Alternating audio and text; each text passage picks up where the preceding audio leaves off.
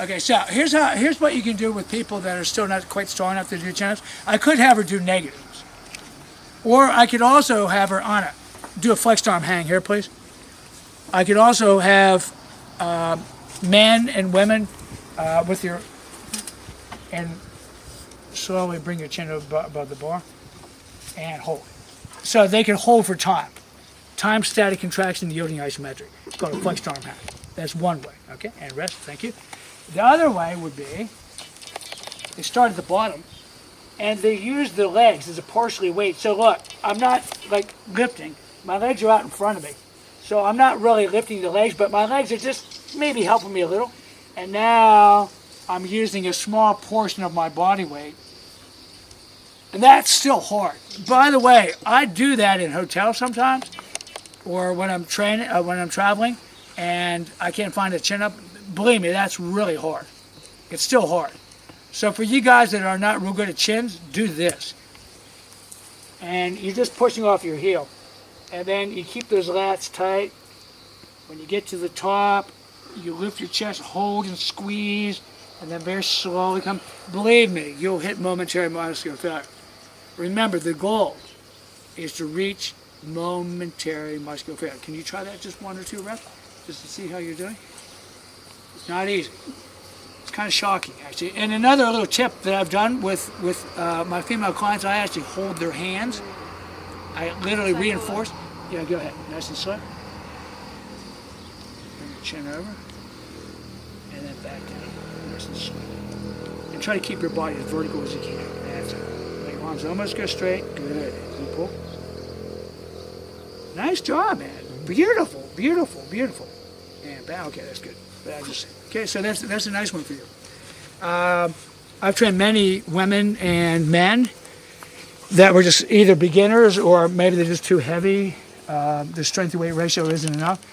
It's called a modified chin-up. So do not be embarrassed. I would recommend that if you're not good at the chin-up, do this. No big deal. Now, many of you are not capable of doing dips. Dips are just going to be really hard for many of you. Now, you notice John has taken many of my workshops. And notice that he was leaning well into the dip. It's called a pec dip.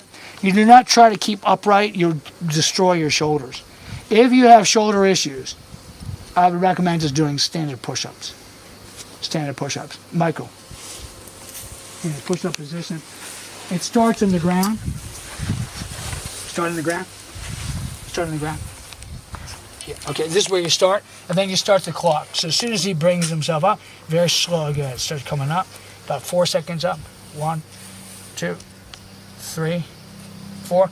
Almost straight. See how he keeps his arms bent and back. And notice he's corkscrewing the hands, putting weight in the index finger. Bring your hips up just a little bit, and then touch your chest between your hands.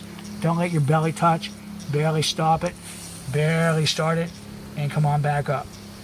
And then when he gets to the top, you make a very slow, smooth turnaround, nothing jerky, and then back. Now, let's say he's not strong enough to do that. Put your knees down, Mike. That's it. And then you do it from here. And you don't let the hips touch, you don't let the belly touch, just the chest, and very slowly come on back up. Let's say you're still not strong enough to do it. Well, then you do a partial rep. You just come down maybe halfway and go back up, but you do it super slow. So you find what your groove is. If you don't have any strength in the bottom range, you'll get it eventually. So you just do the top range where it's easier. Okay?